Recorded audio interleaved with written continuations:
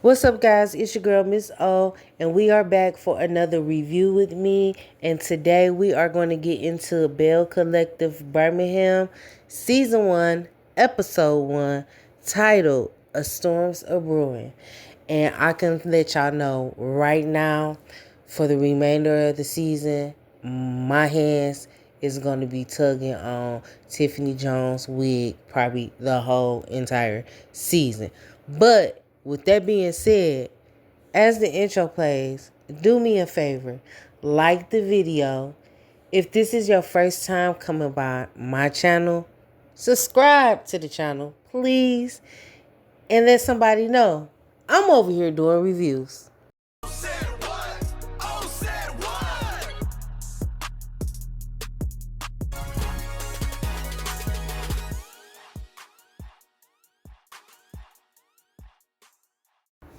So we start this episode out with none other than Miss Stormy Steele herself.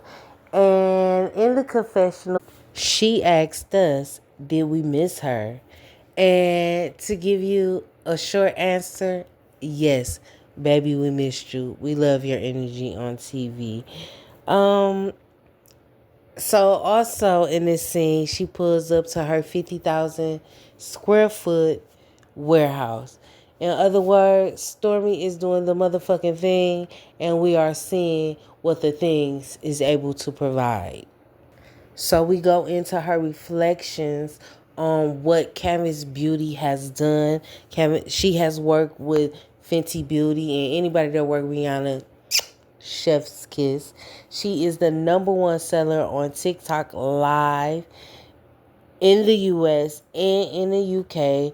She was the first woman to do $1 million live stream on TikTok in the US and the UK. She's been to China, and she said over there they get down over there with making the dough over there on TikTok.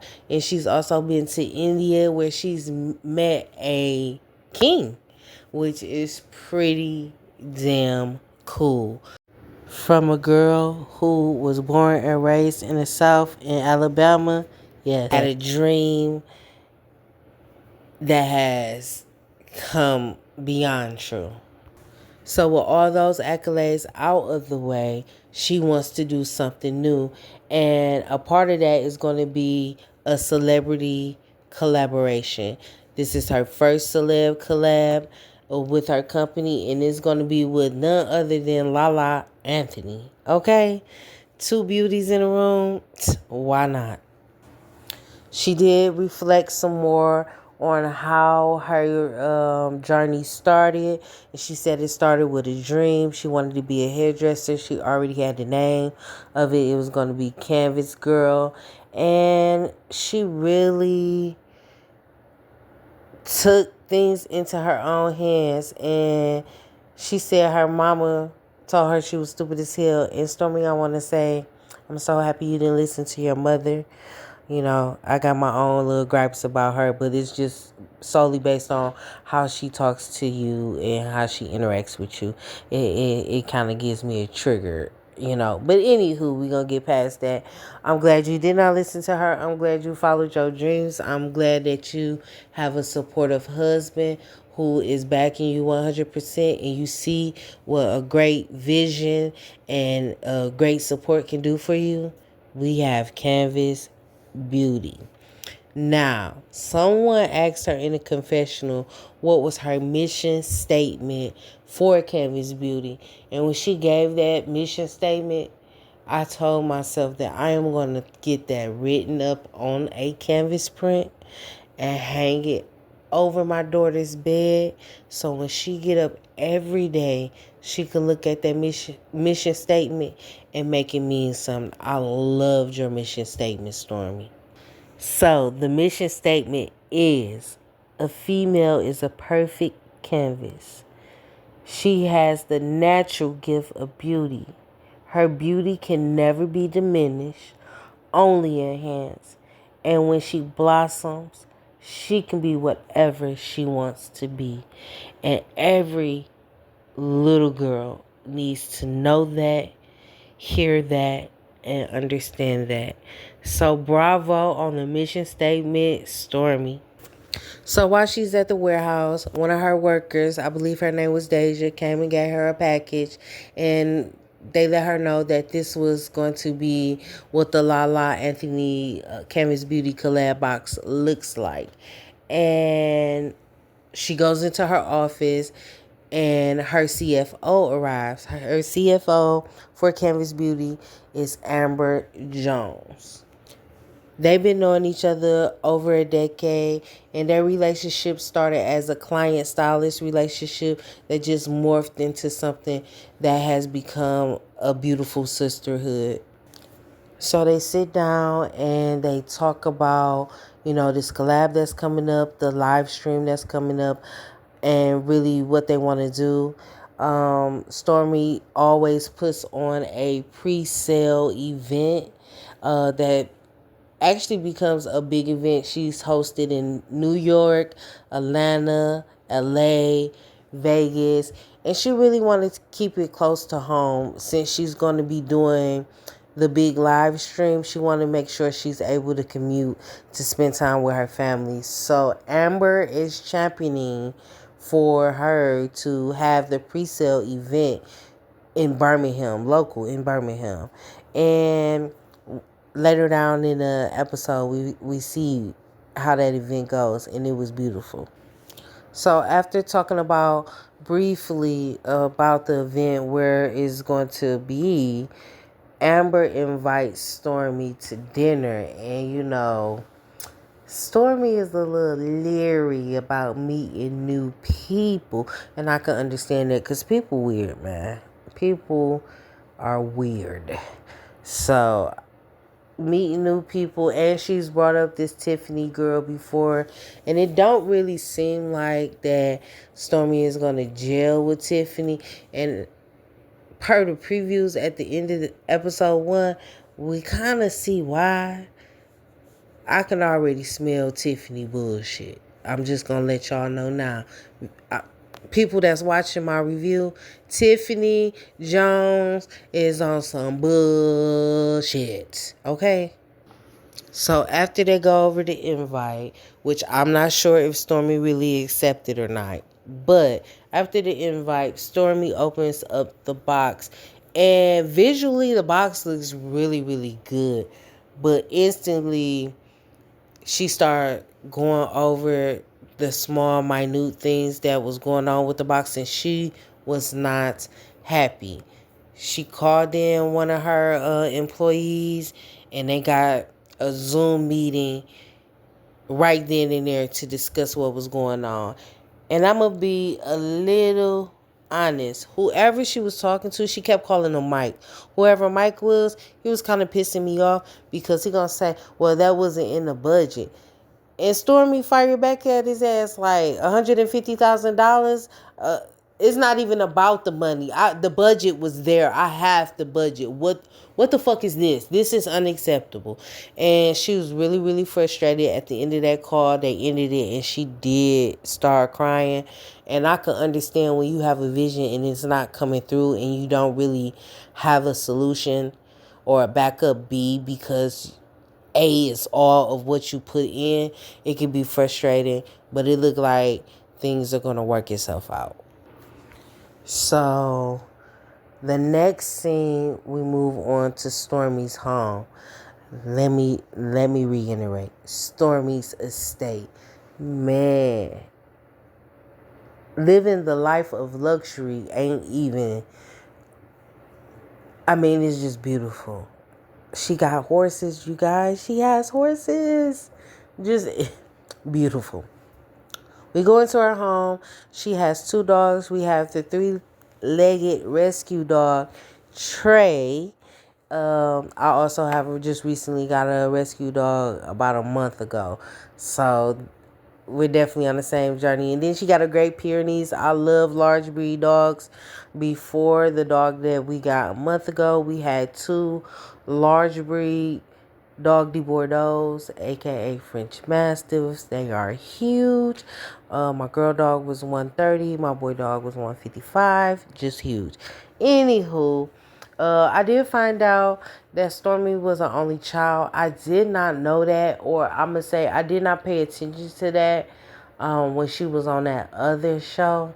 And speaking of other show, that lady that was on that other show is who she wishes. Stormy is who she wishes she was, with the product, the living, everything. And sometimes when you got a nasty disposition, sometimes it bites you in the ass. But anyway, jumping back over here to Belle Collective. Um, she has a groundkeeper. She meets up with him. They discuss, what's going on around the home as she waits on Kayla. And Kayla does arrive. We find out that Kayla and Stormy have been knowing each other for 6 years. They met on social media. And honestly, Stormy was just fascinated with Kayla's story. And we find out that Kayla is a mom of 4. She met her husband when she was 17, when she was a hostess at Hooters.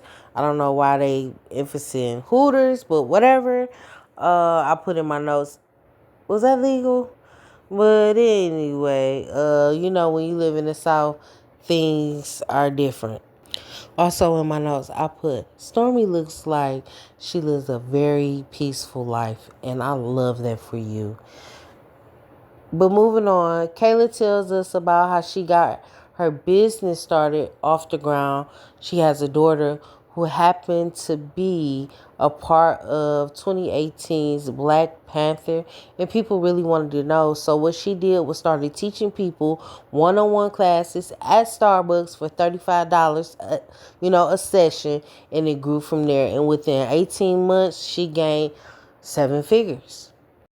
Stormy indicated that she resonated with Kayla's story, having a dream, having no access, but putting herself in a position to win. She can resonate with that. Then Stormy proceeds to ask her if she was okay. And she was asking her if she was okay, referring to her divorce. We do find out that Kayla is newly divorced, maybe 3 to 4 months into her divorce. Her children just found out about it. And she said the one thing she is going to miss about being married is that whole family aspect. But we do find out that she was 17 and he was 32. And I got a whole lot of questions about that, baby. In the confessional, Stormy said that she isn't shocked by them getting divorced. He wasn't a bad person, but she did see that Kayla would not be able to grow, beyond where she was if she was still married to that man.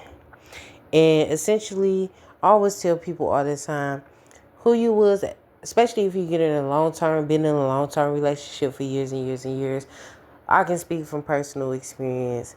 I got with my partner when I was 19, and who I was at 19 is definitely not who I am at about to be 38. And especially with going through therapy and working on myself, there were a lot of things that were changing that were messing with the structure that we had already built for our relationship. But because we both love each other and we both matter to one another, we definitely worked on the foundation to create a better structure for our relationship. So, everybody, do what they need to do. But my person is important to me.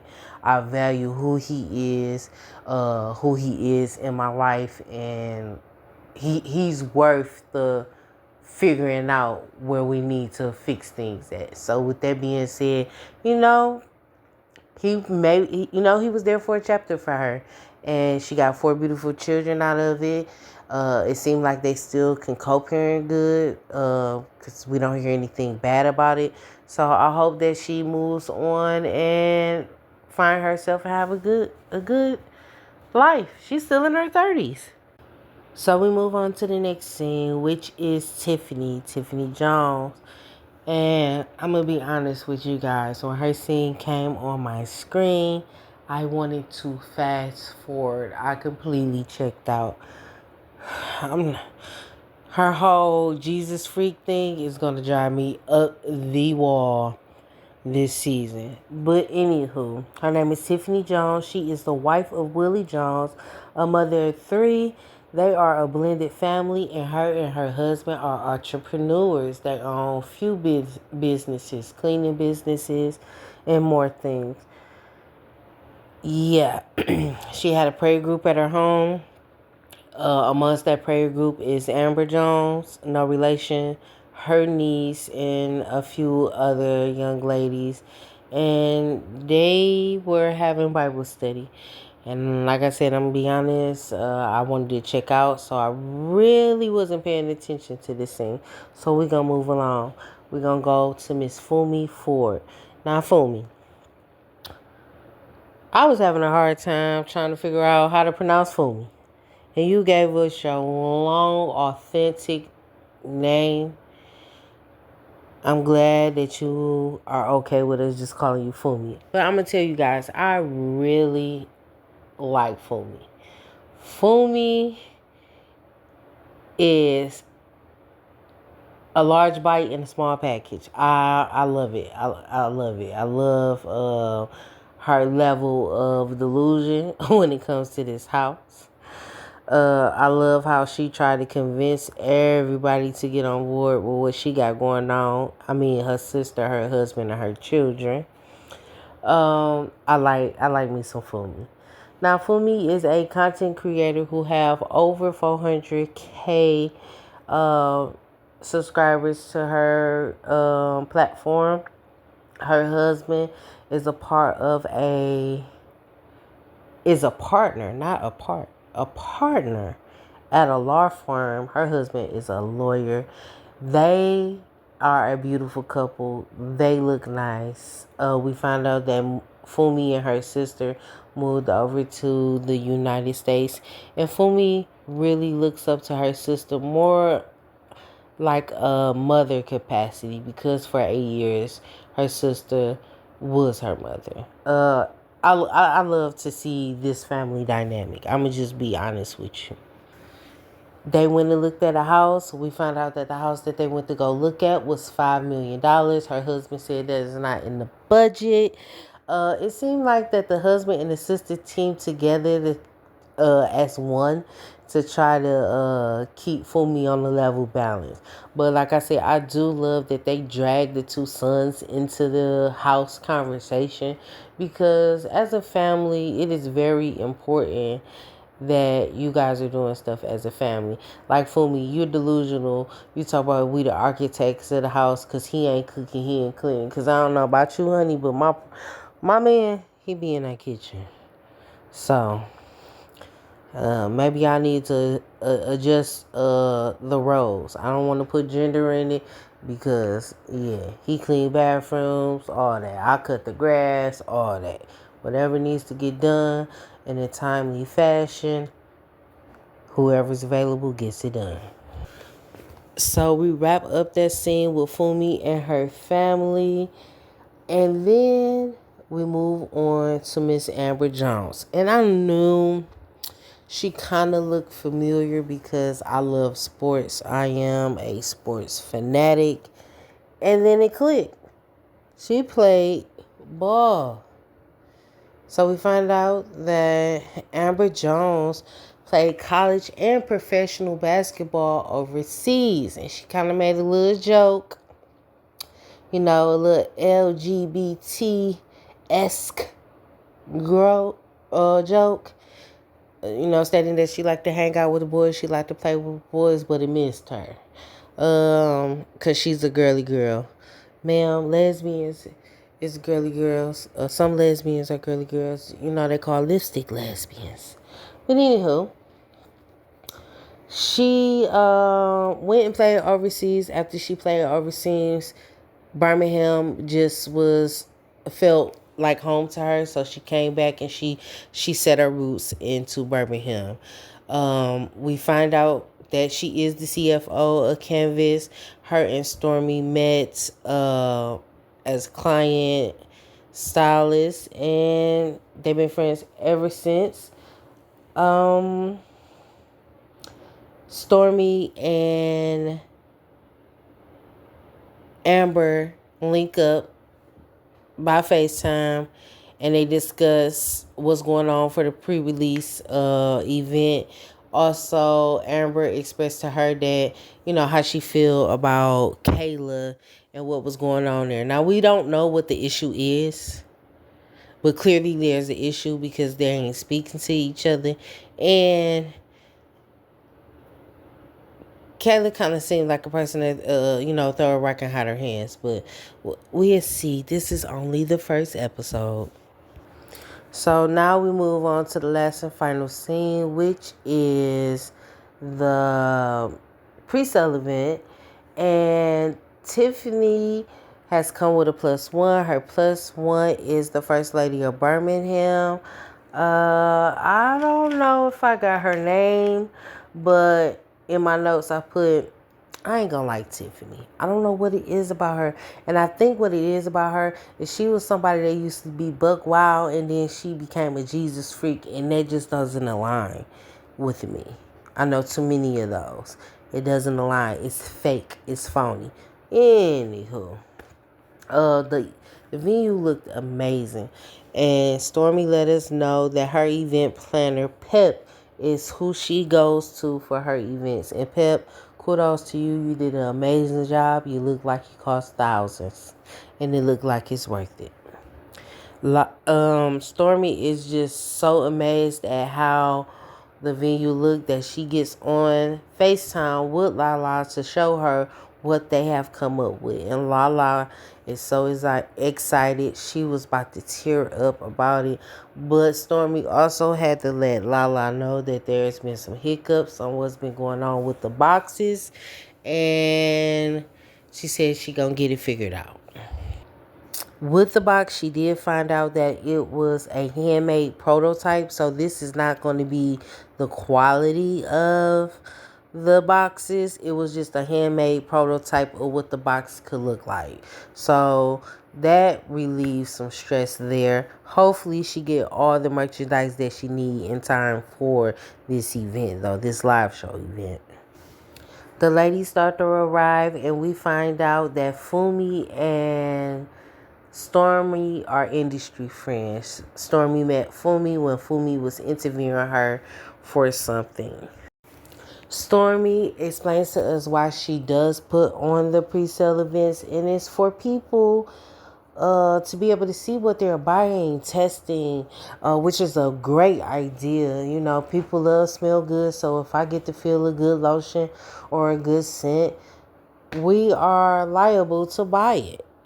We do see that Trisha and Destiny from Love and Marriage Huntsville does make a cameo. It was good to see the crossover. That's one thing I do like about Carlos. He will cross over his shows. So you can see a little bit of everybody and a little bit of everything. Kayla shows up with her +1, and in the midst of her walking in, she does not speak to Amber at all. And I want to know what Kayla's sign is. She's giving me a little bit of Virgo-ish. When they get in their modes and they don't want to be bothered with nobody, it'll be like you never existed at all. So I would like to know what her sign is. So all the ladies who are a part of the collective, they sit down and they get to chatting it up and getting to know each other.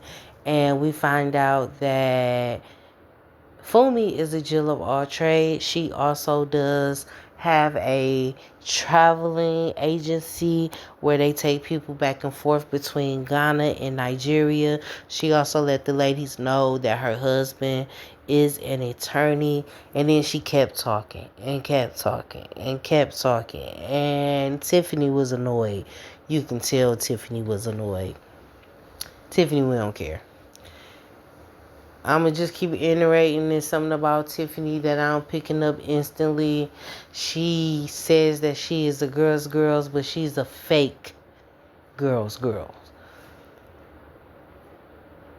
I'm gonna be right on this. So after the mix and mingle with the collective, Stormy catches Amber by herself and find out, or try to find out what's going on between Amber and Kayla. And Amber lets Stormy know, I don't know what's going on. I mean, because she here and she have not spoken to me. And then Stormy was like, look, we're not having that. I got too much stress on my mind, within my body. We not going through that. So she go and grabs Kayla, bring Kayla over to where her and Amber is sitting, and Stormy brings up, what's going on. And Kayla just act like she had no freaking idea what was going on, what Amber could be talking about, or what Amber could be insinuating what was going on. And Stormy like, what the hell? And that was the end of the episode. Now we do get a montage of the season on what's going on, and Stormy blowing up on Tiffany. I don't know what the situation and or scenario is, but I can almost guarantee that she turned that Jesus freak stuff on and then switched up to who she really is. An undercover alcoholic. I mean, she gave us the clues. But anyways, that is it. That is all that I have for season 1, episode 1 of Birmingham. Here's another series, Carlos. I am here for it. I really hope you do invest in this Belle Collective, because the original Belle Collective is, I'm slowly tapering off from watching. I was reviewing and I'm just a viewer. So I hope you do something with the Belle Collective Birmingham. It is great to see Stormy on our screen again. I think I'm really going to be here for Fumi and her foolishness. As stated already, Tiffany, I'm not feeling her so much. Amber kind of seemed like she is a shit starter, but I'm going to go on through the season to see how I really truly feel about that. And Kayla, we're going to see how you maneuver around these girls. But if you made it to the end of this video, do me a favor, drop a green heart, have some Discord with me. Let me know what you guys thought about the episode. And with that being said, I'm your girl, Miss O, and this is what Miss O has said. Bye.